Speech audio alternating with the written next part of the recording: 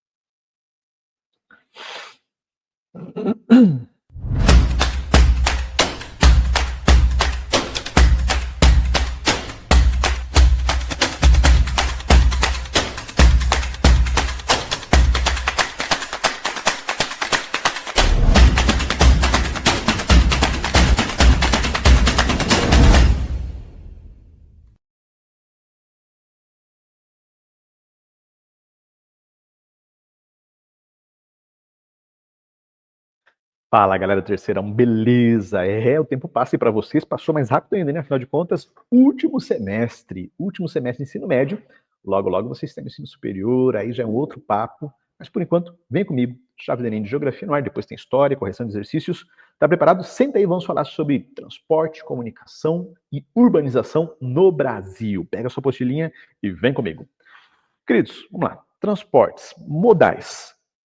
Já começo com esse gráfico, tá? Que inclusive está na sua apostila. 67%, não tem aqui a data desse gráfico, mas não varia tanto assim, 61% do transporte de cargas no Brasil ainda depende do modal rodoviário. É o melhor modal? Ele é bom. Qual que é o grande problema? Custo elevado. Um dos custos do Brasil é o transporte. Imposto sim, imposto é, mas transporte também é muito caro no Brasil. Transporte rodoviário não é viável a longas distâncias. O Brasil é muito grande. O transporte de cargas por caminhões, ele é ótimo, tem que acontecer, só que regionalizado. Então, o Brasil optou ali na década de 50, daqui a pouco eu falo mais sobre isso, para esse modal, que transformou o Brasil num país caro logisticamente. 20% é ferroviário, 13% hidroviário, 4% dutoviário, né, transporte de gases e líquidos por dutos, e 0,4% aeroviário, aviões. Professor, mas tem tanto avião no Brasil? Estou falando de cargas, tá? Tende a aumentar um pouquinho, mas é muito caro também. Vamos falar um pouquinho mais sobre isso. Então, na década de 50, o modal rodoviário foi adotado de maneira institucional. Foi assim, não, nós queremos esse modal. Qual que era usado? O ferroviário. O Brasil já tinha uma quantidade de ferrovias no Brasil bastante avançadas para a época. O Brasil era um dos países que mais tinha ferrovia e estava funcionando bem. Só que o governo naquela época adotou e todos os demais seguiram essa política pública. Por quê? Petrobras. Eu tenho que vender petróleo para combustível, eu tenho que fazer rodovias com petróleo. Construção de Brasília, um marco, né? Porque além de construir Brasília, foram construídas rodovias de integração nacional. Então, se eu tenho rodovia, eu tenho que fazer usar rodovia. E também foi uma decisão meio que abandonar as ferrovias. O próprio governo abandonou para poder vender barato, sucateou, vendeu barato nos anos 90 a ferrovia, e algumas empresas que compraram conseguiram manter o sistema funcionando e outras não, porque não há incentivo a isso, tá? Então, nós tivemos bilhões de dólares investidos em uma malha rodoviária que se mostrou cara e ineficiente. O exemplo disso é a Transamazônica. A Transamazônica foi um empréstimo bilionário feito pelo governo militar e onde foi parar esse dinheiro? O cara não terminou. E até hoje, onde vai parar o dinheiro que os governos colocam nessa região? Tá? Perceba que falar de modal também é falar sobre políticas públicas de transporte. Obviamente, desde 2014, o Brasil retomou uma política de construção de ferrovias, vem aumentando a participação das ferrovias, só que é um processo lento, gradativo. Né? O Brasil, desde os anos 50, escolheu um modal. E a ideia, pessoal, não é acabar com o caminhão, mas é que o caminhão seja usado de maneira correta, inclusive transformando a vida de quem trabalha nessa área uma vida mais digna, uma vida melhor, né? Que ele possa trabalhar numa região menor, com alto valor agregado, podendo trabalhar e voltar para casa, inclusive em segurança, né? Bom, olha aqui a nossa malha rodoviária, dos anos 70 para cá, então aumentou bastante, principalmente a integração para o interior do Brasil, né, movimentos de integração nacional, que começa com o JK, depois continua nos governos militares, continua nos governos posteriores, né, essa política de construção de rodovias. O grande problema é que boa parte dessas rodovias, elas não têm a manutenção adequada ou não foram pavimentadas. Sim, existem BRs, rodovias federais, inclusive se você mora em uma região que tem uma dessas que eu vou falar, coloca aqui embaixo, qual é o seu município, onde as BRs são de terra e sempre foram desde a sua construção.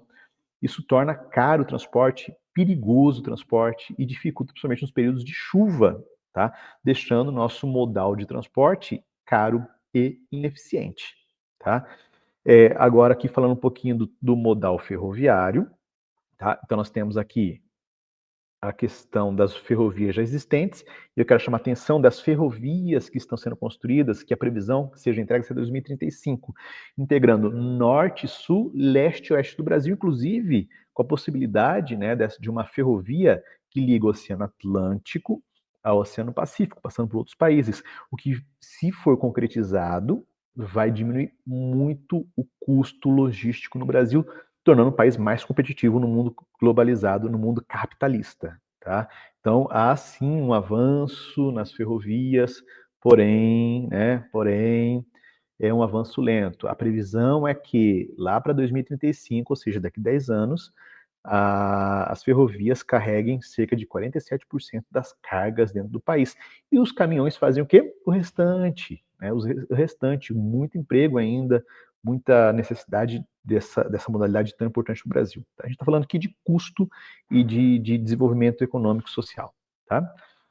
Bom, outro ponto importante, hidrovias. O Brasil tem um grande potencial de hidrovias, o que limita são as quedas d'água.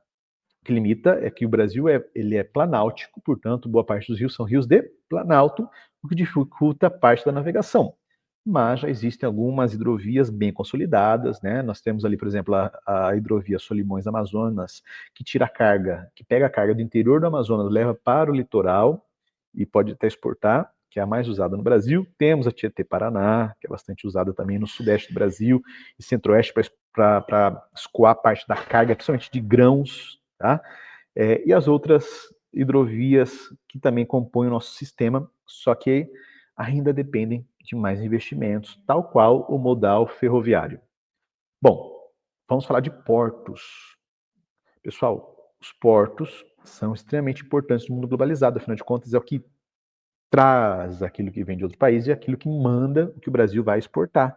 Portanto, são fundamentais. Aqui trazendo um dado de 2022, né, o Porto de Santos é o maior porto. Depois nós temos o Porto de Navegantes, Paranaguá, Itapoá, esse outro que pertence a Santos, Rio Grande, Rio de Janeiro, Chibatão e Suape. São portos importantes que compõem a forma do Brasil exportar e importar mercadorias. E são portos que estão passando por modernizações constantes, porque os navios são cada vez maiores, cada vez maior capacidade de transporte de cargas. Uma curiosidade aqui, você está vendo ali cabotagem? Cabotagem é o transporte de carga de porto a porto do mesmo país. Tá? Cabotagem é quando eu tenho uma carga que sai de um porto do Brasil, no caso nosso, né, e vai para outro porto no Brasil. Não é exportação e importação. O restante é importação e exportação. Então, um grande ponto é a modernização dos portos é fundamental para que o país esteja integrado ao comércio mundial. Tanto para poder exportar facilmente, afinal de contas, né, um dos custos dos exportadores é pagar para que saia do porto, né, para que chegue até o porto, por isso que trens são importantes, né, os trens são importantes junto com o caminhão, e também que essa mercadoria saia e chegue até o país de destino. E para os importadores, né, o lado contrário, para que esses produtos cheguem, sejam descarregados facilmente, a desembaraço alfandegário aconteça rapidamente e que eles possam ser destinados ao lugar correto. Aeroviário, sistema aeroviário. Né? O Brasil ele tem mais de 4.000 aeroportos, você sabia disso? É o segundo país do mundo que mais tem aeroportos, só perde para os Estados Unidos. Nós temos vários pequenos aeroportos. É muito comum no Brasil, cidades pequenas, pequenos aeroportos, aeródromos, né, que são auxiliares, pequenos aviões, aviação privada, mas nós também temos grandes aeroportos. Não somos um grande hub internacional, afinal de contas, para ser hub internacional tem que ter uma posição estratégica um pouco melhor, por exemplo, Panamá, o Dubai, que é uma porta de entrada do mundo europeu, o mundo ocidental para o mundo oriental, enfim. Mas nós temos aqui grandes aeroportos. Destaque: o Aeroporto Internacional de Guarulhos, o Aeroporto de Brasília, Viracopos, em Campinas, o Cumbica, em São Paulo, o Aeroporto de Recife, Confins, em Minas Gerais, Rio de Janeiro, nós temos 2 aeroportos ali, tá? Então, nós temos o Santos Dumont, que é o primeiro que aparece aqui, e depois o Galeão lá embaixo. Então, são pontos estratégicos, mas a principal circulação é a circulação de pessoas, tá? O transporte de pessoas e não de cargas. Cargas acontece, vem aumentando, inclusive grandes empresas de e-commerce no Brasil compraram aviões, estão investindo. Só que para transporte de carga aérea, o custo ainda é um pouco maior. Qual que é a estratégia usada hoje? Se você já voou, já percebeu que junto com a sua mala lá embaixo, vão pallets de mercadorias. Então, uma das formas de diminuir o custo do transporte de cargas aéreas é mesclando o transporte de pessoas com o transporte de cargas. Por isso que parte do bagageiro do avião não é para você colocar sua mala, isso ali para que mas é para que a mercadoria possa ser também levada de um lugar para o outro. Beleza? Então, vamos falar de comunicação, né? O Brasil é um país que está aumentando cada vez mais sua integração de comunicação com o mundo. A internet hoje chega, né, principalmente via celular. E lembrando que a internet, pessoal, é o sistema de comunicação. Aí o meio que você usa, se é tablet, microcomputador, televisão, celular, é uma outra coisa. Mas uma característica notável no Brasil é que boa parte da população usa a internet pelo celular. Talvez você está me assistindo pelo celular, né? As regiões do Brasil, nós temos hoje boa parte da população, ou seja, todas elas, mais da metade, estão conectadas à internet. Tá? Nós temos, tanto na área rural quanto na área urbana, domicílios conectados acima de 70%. E no Brasil como um todo, né, 92% da população urbana tem internet e 74% da população urbana rural tem internet. Tá? A internet é importante tanto para comunicar-se entre um e outro, então eu estou aqui bem distante de vocês dando essa aula, mas eu também posso comprar, transferir dinheiro, fazer transações econômicas maiores pela internet, que é importante. Posso conectar fábricas, né? Quando a gente fala hoje, por exemplo, do 5G, o 5G foi criado, claro, para você poder usar, mas para as indústrias poderem se comunicar rapidamente. A indústria 4.0 depende de uma comunicação entre as máquinas rapidamente, tá? E para fechar, urbanização. O Brasil se torna urbano entre a década de 50, 60, na verdade 65 é a virada de chave, tá? E por que essas décadas, professor? Porque foi quando o Brasil começou a industrialização. Então nós temos 2 processos ali. Primeiro, industrialização. Segundo, o campo começa a modernizar. A agricultura brasileira começa a se transformar em uma agricultura mecanizada, moderna. Mão de obra, perdeu. Êxodo rural. E a indústria chega também a treinar essa população, que vai para a cidade. Nesse momento, década de 50, 60 e 70, o crescimento urbano foi principalmente nas grandes cidades brasileiras. Destaque São Paulo, né? Rio de Janeiro, Curitiba, Belo Horizonte, as cidades do Nordeste, as capitais nordestinas, que passaram por um processo chamado de megacefalia urbana. Megacefalia urbana. O que quer dizer isso? Um crescimento muito rápido da cidade. O Brasil viveu e ainda vive reflexos disso. Né? Então, uma cidade que tinha ali 400 mil habitantes, de repente passa para 600, 700, 800 mil habitantes. A cidade cresce em pessoas, mas não cresce em Estrutura de transporte, educação, saúde, isso é megacefalia urbana. É quando começa a ter muitos problemas, porque toda a estrutura que foi instalada não foi dimensionada para aquela quantidade de pessoas. E leva-se tempo para isso ser corrigido. E o Brasil hoje vive nesse processo de correção.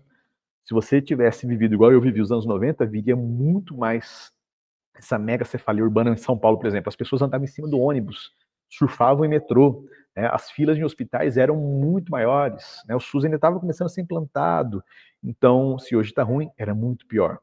A urbanização brasileira, então, ela vai ser marcada ali, né, principalmente entre 50 e 60, mas a virada de chave é ali para 65, quando metade da população brasileira se torna urbana. E hoje, queridos, quase 90% dos brasileiros moram na cidade. Professor, mas como que o campo produz tanto sem pessoas? Opa, máquina, tecnologia, avanço. Tem pessoas também, só que hoje boa parte de quem trabalha no campo mora na cidade. A integração campo-cidade é totalmente diferente e muito mais fluida hoje em dia. Deu para pegar? Isso aqui é o básico sobre Brasil. Espero que você tenha gostado, entendido. Não entendeu ainda? Volta, reveja e nos vemos na próxima temporada de Chave do Enem, segundo semestre de 2025. Mas não sai daí, porque tem história e correção de exercícios ainda. Valeu!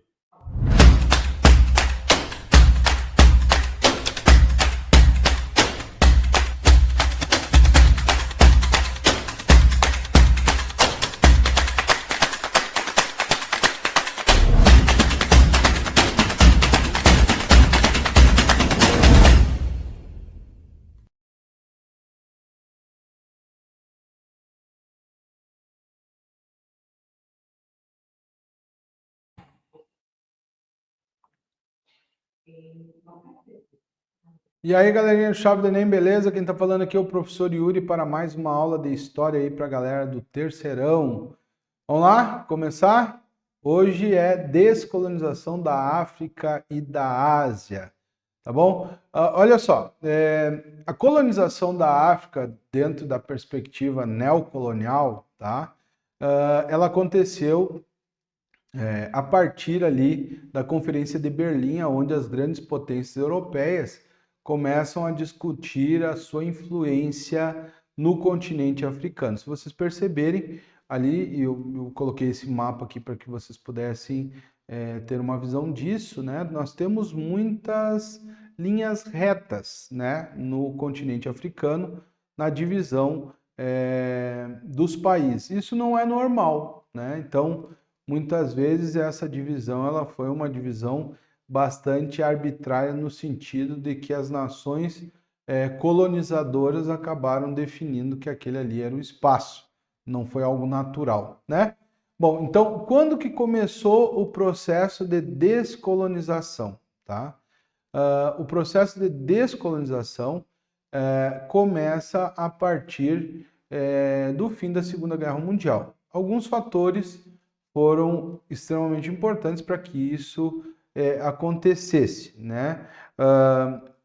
Algumas potências europeias acabam ficando enfraquecidas e isso possibilitou, né, a ideia da possibilidade de acabar com esse sistema colonial, né? Então, nós vamos ter alguns países que tiveram um papel muito forte no processo de colonização do continente africano, como a França, como a Inglaterra, a Bélgica, o próprio Portugal, que foi o primeiro a chegar e o último a sair, não no período neocolonial, mas sim no período lá mercantilista do século XV, né? Então, outra questão, né, que nós vamos ter, além dessas potências extremamente enfraquecidas, nós vamos ter também alguns movimentos nacionalistas que vão começar a aparecer no continente africano. Outra questão que foi extremamente importante vai ser justamente essa polarização da Guerra Fria, e muitas vezes isso trouxe atenção para alguns outros lugares e também para o continente africano. Isso também foi um fator que ajudou muito nesse processo. A questão também da Declaração, né, Universal dos Direitos Humanos. Então, isso foi extremamente importante no cenário internacional, porque muitas vezes esses sistemas coloniais ofendiam diretamente a Declaração Universal dos Direitos Humanos. E também nós tivemos uma questão muito interessante, que era a questão da autodeterminação dos povos, né? Que era justamente entender que uma nação ela deveria ser governada pelos seus filhos e não por um país que está fora dali, né? Trazendo todas as regras, as leis, as instituições e assim por diante. As décadas de 50 a 70 foram o ápice dos processos de independência. Outra questão importante, nós vamos ter a influência da Conferência de Bandung. Tá? A Conferência de Bandung, em 55, reuniu 29 países da Ásia e da África para promover a cooperação entre as nações recém-independentes, rejeitar o colonialismo e defender a neutralidade na Guerra Fria. Foi um marco para o surgimento do movimento dos países dos não alinhados, tá? Que não estavam nem em um lado nem em um outro, né? Então eles vão tentar uma outra perspectiva desses dois polos. Outra questão que vai acontecer é que em muitos lugares nós vamos ter uma resistência armada, né? Muitos países resistiram e lutaram e fizeram tudo isso a partir de muito derramamento de sangue. E tu tem outros países que optaram pelo pacifismo, né? Como é o caso, por exemplo, da Índia, né? Com Mahatma Gandhi, né? A Índia, Mahatma Gandhi, ele tentou fazer o processo de independência deles da Inglaterra, justamente pegando em pontos que a Inglaterra gostaria de manter, né, a Índia. Né? Ele atacou a questão econômica, né, de tu fazer certos boicotes, a questão de uma desobediência civil pacífica, e ele conseguiu isso, né? Da Índia, claro que depois foi dividida em Paquistão, né? E isso foi também muito difícil, né? Não foi fácil, mas ele conseguiu. Só que nesse processo, né? Ele veio a falecer depois de um atentado, né? Enfraquecimento também político da Europa, de movimentos de libertação, né? Que começaram a acontecer também na Europa, né? Como é o caso, por exemplo, da Revolução dos Cravos em Portugal, né? Nós vamos ter aí esse processo ajudando o continente africano de se livrar do jugo dos colonizadores, né? Outra questão, a ONU, né, condena veementemente o colonialismo, né, e começa a lutar, né, para que isso não aconteça, justamente tendo em vista a questão do apoio à autodeterminação dos povos. E volto a repetir, né, a Declaração Universal dos Direitos Humanos passa a ser uma referência aos direitos fundamentais, né, da questão principalmente da dignidade humana. Eu faço um convite aqui. Aqueles que ainda não leram a Declaração Universal dos Direitos Humanos e estão saindo do ensino médio, é um documento que vale a pena, né? É um documento que muitas vezes ele é muito criticado e a maioria das pessoas que criticam, infelizmente, nunca leram a Declaração Universal dos Direitos Humanos. É um documento pequeno, tá? Tu consegue ler aí rapidamente e tu vai conseguir ter uma perspectiva muito interessante, né, do porquê que foi feito essa declaração. Consequências e desafios da pós-independência, né? Conflitos internos, disputas étnicas muito ferozes, isso trouxe muita guerra civil, porque até o processo de independência, tu tinha um inimigo em comum, que era o colonizador. Depois disso, né, depois do processo de independência, tu começa a ter problemas internos, né? Por exemplo, um exemplo clássico que nós temos é Ruanda, onde tu tinha duas etnias, né, os Tutsis e os Hutus, né, que vão começar a brigar e um matar o outro, principalmente assim, justamente porque eram de grupos, né, étnicos diferentes. E foi uma mortandade de gente muito grande, né?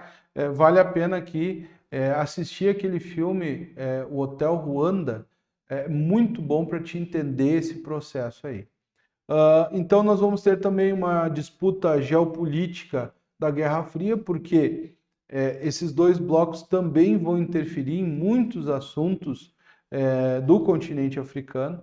Nós vamos ter o apartheid, né, no caso da África do Sul, aonde Nelson Mandela ficou por muitos e muitos anos preso. Depois ele sai da prisão, né, e se torna presidente da África do Sul, talvez o presidente mais influente da história deles, né, um grande ícone aí da história contemporânea.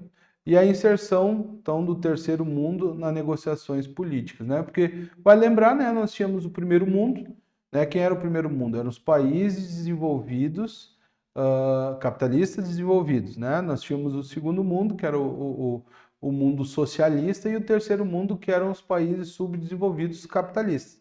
Hoje em dia, né, tu quase não utiliza mais essas nomenclaturas, né? O país desenvolvido, país em desenvolvimento, primeiro mundo, segundo mundo, terceiro mundo não é muito mais utilizado, né? A galera da geografia aí nem utiliza mais isso daí.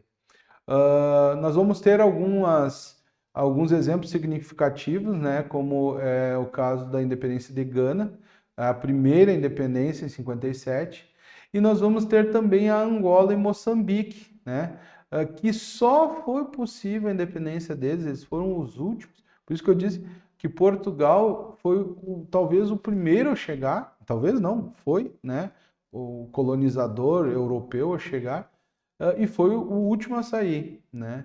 Então, a história da independência da Angola, ela começa ali a partir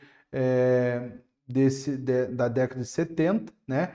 E ela se alonga por quê? Porque depois eles vão acabar tendo uma guerra civil lá dentro, né? Então, essa guerra civil, ela só acabou já no século XXI, tá? Então foi tanto a Angola quanto o Moçambique acabaram passando também por muitos conflitos internos, né? Então, a síntese da aula, né? Nós vamos ter impulsos internos e externos no que diz respeito ao processo de descolonização, tá? Impulsos internos, porque tu começa a ter uma luta, né, pelo processo de liberdade do continente africano, feito pelos africanos, né, e tu vai ter também ajudas externas para que isso acontecesse, como é o caso, por exemplo, da ONU, né, a Organização das Nações Unidas, que tinha como, digamos assim, um dos grandes pontos, né, a serem vistos pela humanidade para trazer a paz mundial, né? Então, esse colonialismo ele era extremamente nocivo, né, para o continente africano. Mas eu gostaria que vocês entendessem que essas formas arbitrárias que lá na Conferência de Berlim, né, no Congresso de Berlim, foi feito, né, de forma arbitrária, essas divisões, é o que muitas vezes depois vai gerar esses conflitos internos depois do processo de independência. Porque, volto a repetir, até o processo de independência eles tinham um inimigo em comum, que era o colonizador, que colocava toda a sua força lá, né, uma opressão bastante violenta. Depois, quando tu tem o processo de independência, muitos grupos não aceitaram, né, essas divergências internas e acabaram fazendo guerras civis bastante sangrentas. O papel fundamental, então, na ONU, né, a Declaração também Universal dos Direitos Humanos, teve um papel extremamente importante, e os desafios estruturais, né, persistem até hoje, né? O continente africano, ele é um continente extremamente rico, rico culturalmente, rico em minério, né? Tem um povo extremamente criativo, uma cultura muito bonita, só que ainda nós temos problemas relacionados principalmente a essas questões que foram geradas no processo de descolonização. E esses problemas, em alguns lugares, vêm até os nossos dias. Infelizmente, a gente tem que conviver muitas vezes com algumas notícias que trazem um certo, né, uma certa tristeza, porque nós vemos aí um continente muitas vezes envolto em certas situações de guerra, de fome, e às vezes até de um desamparo, né, dos outros lugares do mundo que poderiam estar ajudando a melhorar a vida desse continente todo, né, ou parte dele, pelo menos, que está em conflito e em guerra. Tá? Ficamos por aqui, meus amigos. Espero que vocês tenham gostado. Tá? Um grande abraço. Ficamos por aqui. É isso aí.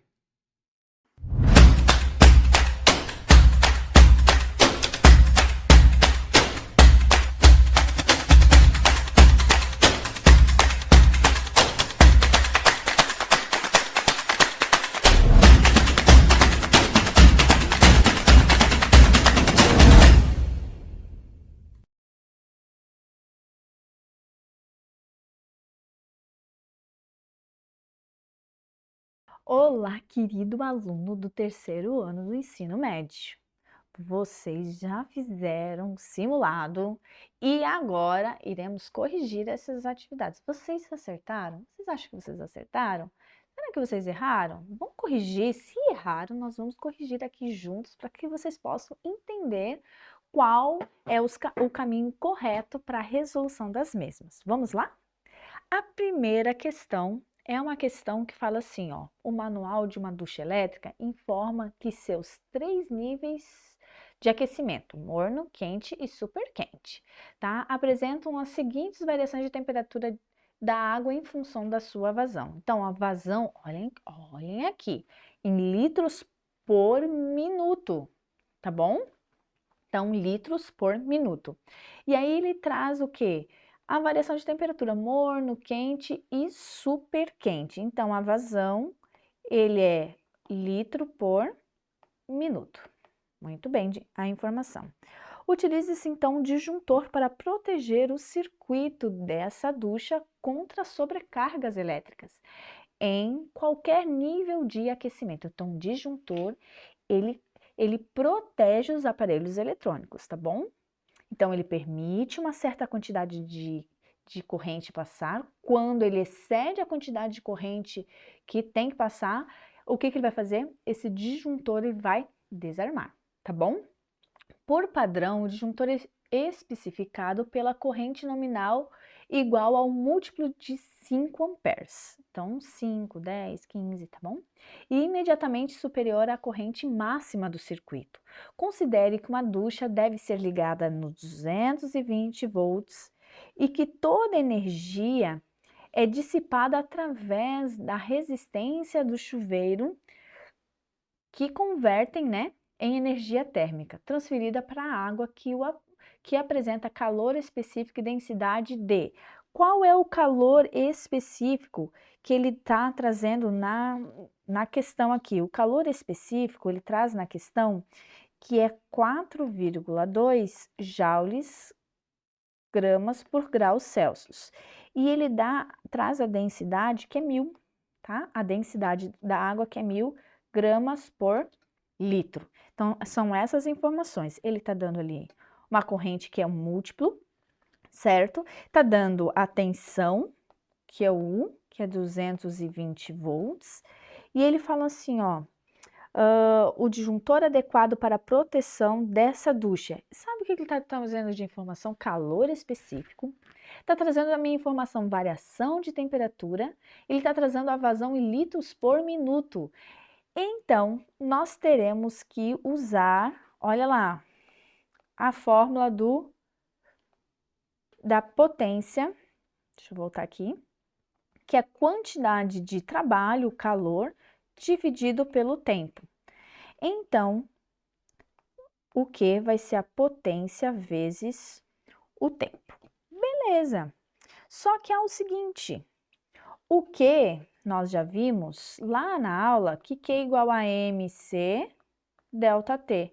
E nós não temos a massa, mas ele me dá a informação que a densidade é a massa sobre o volume. Então, a massa é a densidade vezes o volume. Vamos substituir tudo aqui dentro? No lugar do Q, eu coloco mc delta T. E no lugar de m, eu coloco dv. Então, fica dv c delta T igual a potência. Só que esse delta T aqui, só deixa eu voltar aqui, ó. É maiúsculo, porque ele é de temperatura. E o tempo minúsculo é de tempo. O T minúsculo é de tempo. Beleza? Só que nós sabemos que potência é o quê? É a corrente vezes a tensão. E o que ele quer na questão? Qual é o comando? Qual é a corrente? Porque eu preciso saber a corrente para saber o disjuntor que eu vou usar, tá bom? Então, I vai ser D, V, o C, o delta T da variação de temperatura, dividido, então, pela tensão vezes o tempo. Ao substituir estes dados, aqui, a densidade é 1000, a vazão, gente. Então, o que eu preciso pegar de informação aqui na tabela? Ei, a vazão de 3, 10, 20 e 30. Olha só, a temperatura maior está sobre a vazão de 3, porque eu preciso saber o máximo de corrente que eu preciso desse chuveiro. Então, o máximo de corrente de chuveiro, eu tenho que olhar o super quente, o que ele vai mais me exigir de corrente. Então, aqui no volume, como é 3 litros por minuto, lembrando que 1 minuto é 60 segundos, né? Então, o tempo aqui que nós temos vai ser 60 segundos. Então, vai ser 1000 vezes o volume, que é 3, o calor específico, que é 4,2, e a variação a temperatura máxima que ele chega, né? A temperatura máxima vai de 0 a 30. Tudo isso dividido pela tensão, que é o 220, e o tempo, que era por minuto, então é 60 segundos. Então, este valor aqui vai dar 28,63 amperes. E aí, nós temos que saber qual é a corrente, se eu voltar ali, ó. O disjuntor adequado para a proteção dessa ducha é quanto? Então, eu não posso colocar se a corrente é 30 amperes, 28,63, eu não posso colocar um disjuntor de 20, porque se eu colocar um disjuntor de 20, ele vai desarmar, quando eu colocar no super quente com a vazão de 3 litros por minuto. Então, eu tenho que colocar acima. Qual é o mais próximo? O 30. Como ele deu 28,63, a corrente mais próxima é 30, o máximo que ele pode chegar. Vocês conseguiram? Viu que nós usamos potência, calor, densidade, tudo na mesma questão? E o Enem adora isso, tá bom? Misturar aí os conceitos. Estudem bem, se vocês não acertaram, volte lá na aula para você revisar os conceitos e conseguir acertar essa questão. Beleza? Vamos para a próxima, então? Ele diz que na questão do Enem de 2021, diz assim, carros elétricos estão cada vez mais baratos. No entanto, os órgãos governamentais e a indústria se preocupam com o tempo de recarga das baterias, que é muito mais lento quando comparado ao tempo gasto para encher o tanque de um combustível. Então, ele demora mais. Quem tem um carro elétrico sabe que se for para carregar, tem que aguardar, né? Portanto, os usuários do transporte individual precisam se conscientizar dos ganhos ambientais dessa mudança e planejar com antecedência seus percursos, pensando em pausas necessárias para suas recargas. Após realizar um percurso de 110 quilômetros, então uma informação aqui, um motorista pretende recarregar as baterias do seu carro elétrico, que tem um desempenho médio, olha aqui, ó, de 5 km por kWh, usando um carregador ideal que opera uma tensão de 220 volts e é percorrido por uma corrente de 20 amperes. Quantas horas são necessárias para recarregar a energia utilizada neste percurso? E qual é o desempenho? O desempenho, ele diz que é 5 quilômetros a cada 1 kWh, tá bom? E se ele é 5 quilômetros a cada kWh, ele quer saber um percurso de 110. Então, vamos usar a regra de 3 aqui. Vamos chegar ao valor de 22 kWh. Sabe o que é kWh? É consumo. Então, é 22 kWh de consumo. Nós vimos que consumo é a potência vezes o tempo. O que ele quer saber ali? Ele quer saber o tempo necessário em horas. Então, a gente não vai precisar transformar nada. Mas e agora? Como que eu descubro a potência? Porque o consumo eu já tenho. Com as informações de 20 amperes e 220 volts, nós podemos encontrar, com a fórmula do Pio, a potência elétrica, que é a corrente 20 vezes 220. Então, essa potência aqui deu 4.400 watts, que dá a mesma coisa que 4,4 kWh. Então, eu tenho aqui o 22 kWh, a potência 4,4 kWh, e eu quero saber watts-hora não, aqui é só watts, como aqui também não é watts-hora, porque aqui é só potência, tá? Quilowatts vezes o tempo. Então, o tempo vai ser 22 dividido por 4,4, vai dar 5 horas. 5 horas, a resposta correta é letra D, tá bom? Acertaram? Então, se você tem um carro elétrico, seu pai tem um carro elétrico, você não tem que ter ainda, né? Mas se vocês tiverem um carro elétrico em casa, vocês sabem que vocês têm que saber o percurso e saber depois de quanto tempo você tem que recarregar esse carro, tá bom? E uma questão do Enem, essa de consumo elétrico. Ele diz o seguinte: podemos estimar o consumo de energia elétrica de uma casa considerando as principais fontes desse consumo. Pense na situação em que apenas os aparelhos que constam na tabela a seguir fossem utilizados diariamente da mesma forma. A tabela, olha só, fornece a potência e o tempo efetivo no uso diário de cada aparelho doméstico. Então, temos ar-condicionado, chuveiro, freezer, geladeira e lâmpadas. As potências, ele está dando aqui as potências, e está dando o tempo diário. Só que ele quer o consumo mensal em 30 dias, ó. Sabendo que 1 kWh é 40 centavos. Então, ele quer saber ali qual é o consumo final, se tivesse somente esses aparelhos eletrônicos. Então, olha lá. Então, nós vamos pegar consumo é a potência vezes o tempo. Então, olha lá. Se eu pego a potência, que é o 30, multiplico pelo tempo, a potência, multiplico pelo tempo, multiplico por 30, ele vai dar um consumo mensal. Então, do ar-condicionado dá 360, do chuveiro elétrico dá 33, então, multiplicando o 30 vezes a potência vezes o tempo, porque ele quer 30 dias, não esqueçam disso, tá? Dá 60 do freezer, geladeira deu 105, das lâmpadas deu 18, então, o total deu 576 kWh, mas ele diz que cada kWh é quantos centavos?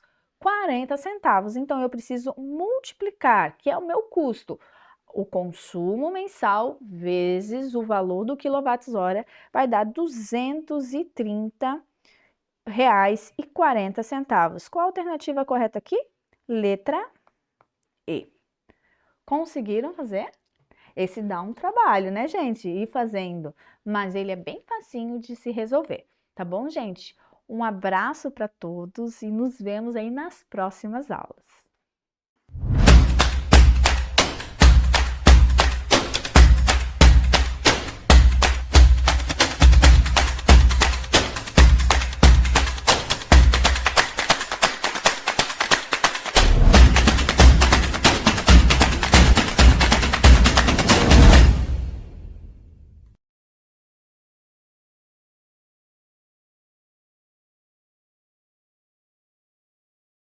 E aí, pessoal, tudo bem com vocês? Vamos aí para as nossas últimas questões antes das férias, não é mesmo? Está chegando para a gente descansar um pouquinho. Antes disso, cuidar da vida aqui, né? Questões de biologia da chave do Enem, do Simulado de Ciências da Natureza. A primeira questão é essa aqui, ó.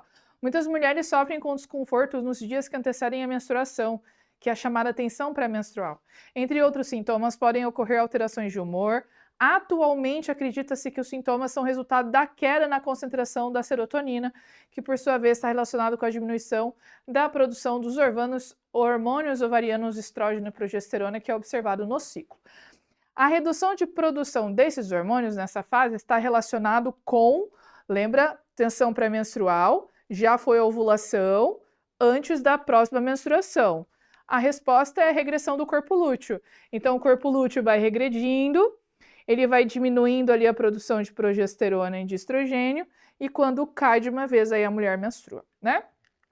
Próxima questão, você tem aqui um artigo em 2002 que foi publicado que relacionava a alteração na produção de hormônios sexuais, sapos machos, expostos à atrazina, que é um herbicida, com o desenvolvimento anômalo dos seus caracteres sexuais primários e secundários. E entre os animais que são sujeitos à contaminação, observou-se um caso de hermafroditismo e desmasculinização da laringe. O estudo em questão comparou a concentração do hormônio específico no sangue, ou seja, do macho, qual que é, né? Testosterona, né, gente?